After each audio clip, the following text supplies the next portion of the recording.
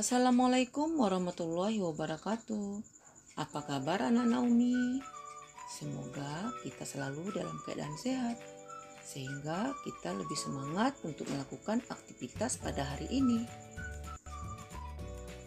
Di video kali ini, Umi akan menerangkan tema 1, indahnya kebersamaan. Subtema 2, kebersamaan dalam keberagaman. Pembelajaran 1. Sebelumnya kamu sudah banyak belajar tentang indahnya keberagaman budaya Indonesia. Sekarang kamu akan belajar tentang menjalin kebersamaan dalam keberagaman agama. Suku, budaya, dan agama yang berbeda tidak menghalangi Udin, Siti, Dayu, Beni, Lani, dan Edo menjalani kebersamaan. Mereka berbagi cerita tentang budaya masing-masing dan saling belajar. Hari-hari mereka penuh keceriaan dalam kebersamaan. Hari ini mereka berkumpul bersama untuk bekerja sama. Bacalah teks berikut ini. Bekerja sama dalam keberagaman. Edo dan kelima temannya mendapat tugas untuk melakukan percobaan tentang bunyi. Sepulang sekolah, mereka berkumpul di rumahnya. Setiap orang sudah menyiapkan peralatan yang dibutuhkan. Lani dan Siti membawa beberapa kaleng yang sudah dilubangi. Udin dan Beni membawa benang kasur. Mereka berkumpul di halaman depan rumah. Keenam sekawan siap bekerja sama melakukan percobaan. Saat percobaan akan dimulai, tiba-tiba terdengar azan. Siti dan Udin meminta izin teman-temannya untuk sholat. Teman-temannya mengizinkan mereka untuk melakukan ibadah.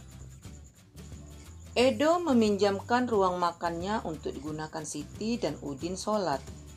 Meskipun Edo beragama Katolik, ia tidak keberatan rumahnya dipakai untuk sholat. Beni yang beragama Kristen, Dayu yang beragama Hindu, dan Lani yang beragama Buddha menunggu dengan sabar temannya beribadah. Keenam sahabat selalu menghargai satu dengan yang lainnya. Nah, tiba saatnya keenam sekawan melakukan percobaan. Setiap orang menunjukkan tanggung jawabnya dalam bekerja. Tidak ada satupun di antara mereka yang duduk diam atau memberi perintah saja. Semuanya ikut bagian dalam percobaan. Saat Dayu membutuhkan pertolongan memotong benang, Udin datang membawakan gunting. Saat Edo kesulitan menalikan benang di kaleng, Siti ikut membantu. Keenam sahabat bekerja sama dengan semangat. Mereka hidup rukun, saling membantu meskipun berbeda agama. Nah, anak-anak, setiap bacaan biasanya terdiri atas beberapa paragraf yang memiliki gagasan pokok yang didukung oleh gagasan pendukung. Dari teks bekerja sama dalam keberagaman, mari kita tentukan gagasan pokok dan gagasan pendukungnya. Gagasan pokoknya yaitu tugas untuk melakukan percobaan tentang bunyi. Sedangkan gagasan pendukung, pertama, Edo dan kelima temannya berkumpul di rumah Edo. Kedua, setiap orang sudah menyiapkan peralatan yang dibutuhkan. Ketiga, Lani dan Siti membawa beberapa kaleng yang sudah dilubangi. 4. Udin dan Beni membawa benang kasur. 5. Mereka berkumpul di halaman depan rumah. Dan yang keenam sekawan siap bekerja sama melakukan percobaan. Ananda semua, bacalah paragraf kedua dan paragraf ketiga, kemudian kamu tentukan gagasan pokok dan gagasan pendukungnya. Setelah melakukan percobaan tentang penempatan bunyi, Edo dan sahabatnya juga belajar bersama tentang sumber bunyi. Mereka membaca buku yang menyatakan bahwa telinga bisa mengetahui sumber bunyi. Ayo, kita membuktikannya dengan melakukan percobaan. Ananda semua dapat melakukan percobaan ini bersama orang tua di rumah, kakak, atau teman di dekat rumah. Anak-anak sediakan alat dan bahannya berupa alat musik tradisional setempat, misalnya angklung, kemudian atau alat musik yang lainnya. Langkah kerjanya, duduklah di kursi dan tutup matamu dengan kain. Mintalah temanmu, orang tuamu, atau kakak untuk memainkan alat musik tradisional. Yang kedua, tunjuklah tempat yang kamu anggap sebagai asal bunyi. Berapa kalikah kamu menebak dengan tepat? Hasil percobaan, dengan mata tertutup, kita masih dapat mendengar bunyi dengan jelas pada jarak tertentu karena bunyi merambat melalui udara. Bunyi kemudian merambat melalui udara dan ditangkap oleh telinga kita. Kesimpulannya, bunyi merambat melalui udara dari sumber bunyi ke telinga kita.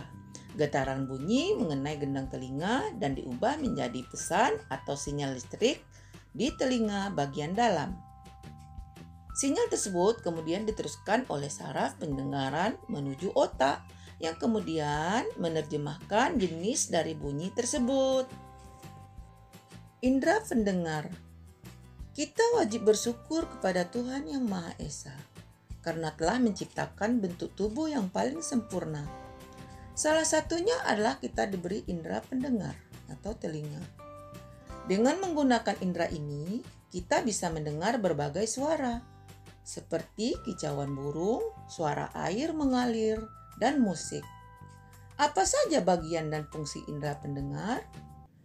Hal apa yang perlu kita lakukan untuk merawatnya? Mari kita pelajari lebih jauh. Semua bunyi membuat udara bergetar. Getaran bunyi mengenal gendang telinga yang berupa selembar kulit tipis. Saat itulah gendang telingamu juga mulai bergetar. Getaran dari gendang telingamu menjadi lebih besar di telinga tengahmu dan diubah menjadi pesan-pesan listrik di telinga dalammu. Kita semua dapat mendengar berbagai bunyi jika telinga kita bekerja dengan baik. Kita dapat mendengar bunyi yang paling lembut seperti dengungan nyamuk. Kita dapat mendengar bunyi yang sangat keras seperti bunyi pesawat terbang di atas kepala kita. Dengan mendengar, kita dapat mengetahui berbagai hal mengenai dunia di sekeliling kita. Apakah Ananda sudah pernah mengalami gangguan indera pendengaran? Silakan Ananda tulis dan ceritakan di dalam buku tulismu. Gunakan kosakata yang baku dan tanda baca yang benar ya. Belajar dari cerita. Pak Burhan selalu memulai kegiatan di kelas dengan berbagai cerita. Bukan Pak Burhan yang bercerita, tetapi anak-anak di kelas yang bergantian bercerita. Berbagi cerita selalu dinantikan oleh anak-anak.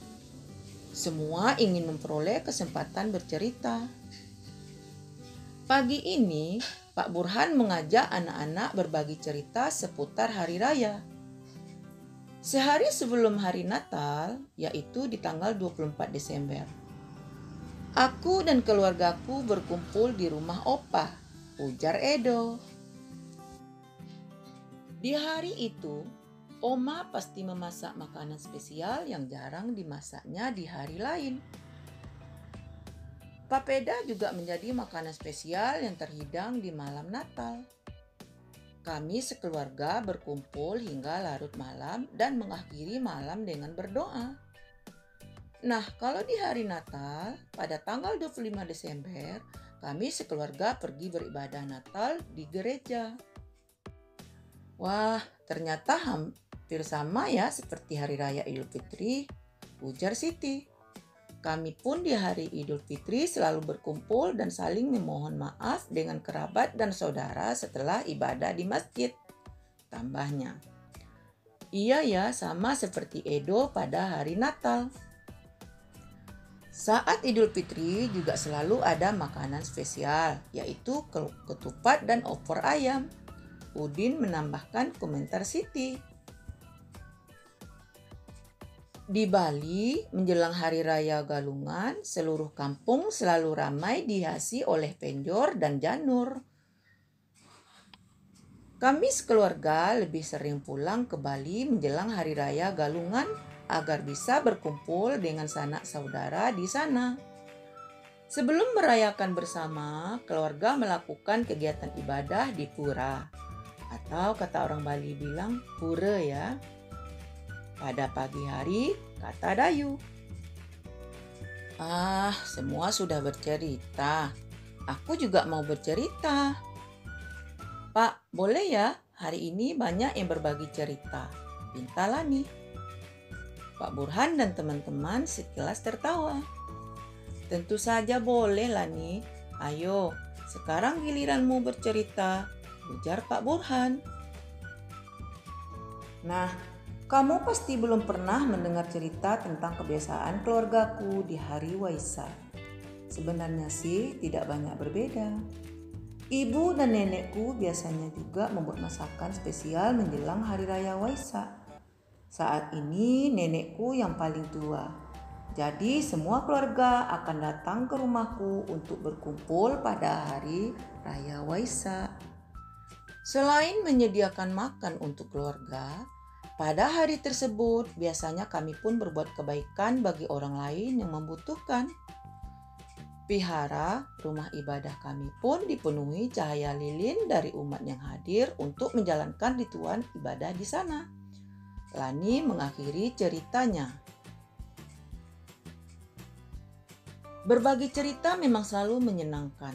Kita bisa belajar dari banyak cerita, juga belajar dari teman yang berbeda. Berdasarkan cerita yang Umi baca tadi, jawablah pertanyaan-pertanyaan berikut. Pertanyaan pertama, apakah perbedaan yang dimiliki oleh 6 sekawan menghalangi mereka untuk berteman dan bekerja sama? Ayo jelaskan. Tentu tidak. Perbedaan yang dimiliki oleh 6 sekawan tidak menghalangi mereka untuk berteman dan bekerja sama. Justru dengan perbedaan yang ada, keenam sekawan dapat saling melengkapi dan saling belajar. Pertanyaan kedua, bagaimana sikapmu jika kamu bermain dengan teman yang berbeda agama? Kita harus saling menghargai dan menghormati walaupun berbeda agama. Pertanyaan ketiga, ceritakanlah pengalamanmu memiliki teman yang berbeda agama. Perbedaan apa yang kamu ketahui? Bagaimana sikapmu terhadap perbedaan tersebut? Untuk menjawab pertanyaan nomor 3, di sini Umi akan menceritakan pengalaman si Udin. Aku memiliki teman yang berbeda agama, namanya Dito, dan dia beragama Kristen. Kami sering bermain bersama, misalnya setelah pulang sekolah atau pada hari Minggu. Pada sore harinya, Dito selalu menungguku sholat asar terlebih dahulu sebelum bermain bersama. Kemudian selesai bermainnya sebelum waktu sholat maghrib. Begitu juga saat Dito beribadah ke gereja pada hari Minggu. Aku akan menunggunya selesai beribadah sebelum mengajaknya bermain. Demikianlah video pembelajaran kita pada hari ini. Sampai ketemu di video pembelajaran berikutnya. Terima kasih. Wassalamualaikum warahmatullahi wabarakatuh.